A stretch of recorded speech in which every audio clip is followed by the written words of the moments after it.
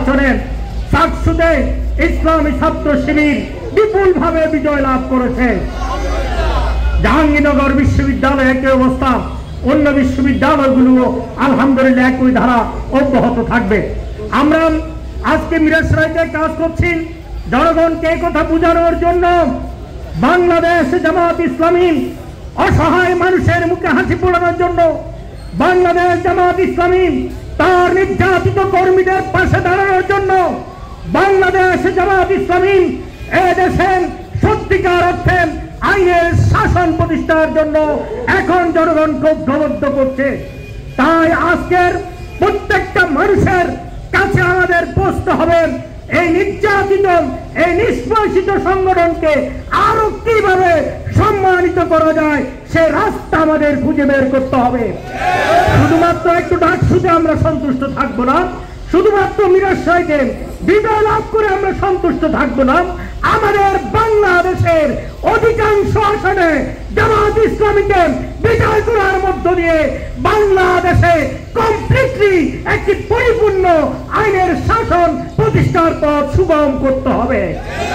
আমরা দেশবাসীকে আশ্বস্ত করতে চাই, আমরা যে কোনো পরিস্থিতি মোকাবেলা করে বাংলাদেশে একটি ইসলামী শাসনের পথ মুক্ত করার জন্য সব ধরনের ত্যাগ স্বীকার করতে প্রস্তুত রয়েছে। আমাদের কর্মী বাহিনীও সেভাবে প্রস্তুত রয়েছে। এদেশের মানুষকে আমরা শুধু বলছি, আপনারা আশ্বস্ত থাকুন, পাশে থাকুন, ইনশাআল্লাহ ভালো খবর পাবেন। বসুন্ধরা টিস্যু, অশুদ্ধতার বিরুদ্ধে এক বিন্দুও ছাড় নয়।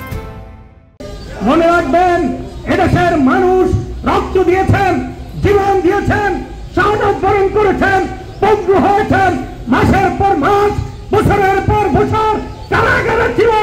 আমার ভাইরাম আয়না করে বন্দী ছিল।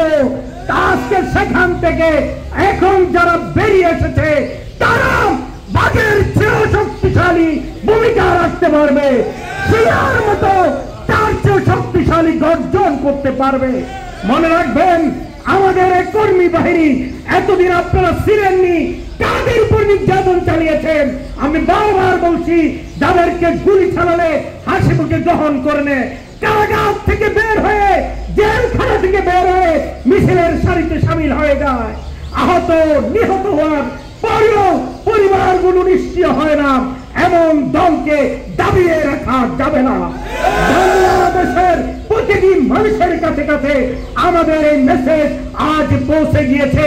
এদেশের পুরুষরা যেমনি ভাবে এতদিন জামাত শিবিরের প্রতি আশ্বস্ত ছিল, তেমনি ভাবে এখন ছাত্র কমপ্লিটলি আশ্বস্ত হয়েছে, তেমনি ভাবে ছাত্রীরাও আশ্বস্ত হয়েছে, মহিলারা আশ্বস্ত হয়েছে।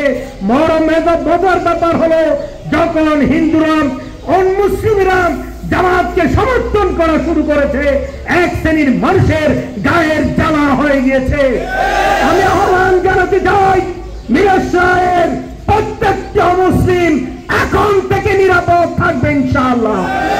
কোথাও কারোর উপর যদি নির্যাতন হয়, আমরা আমাদের কর্মীর গায়ে আঘাত যেরকম মনে করি, তাদের উপর নির্যাতন করাকে সেভাবে আমরা মেনে নেব। রাজপথে ভূমিকা রেখে তোমাদের বিরুদ্ধে আমরা লড়াই শুরু করবো ইনশাআল্লাহ।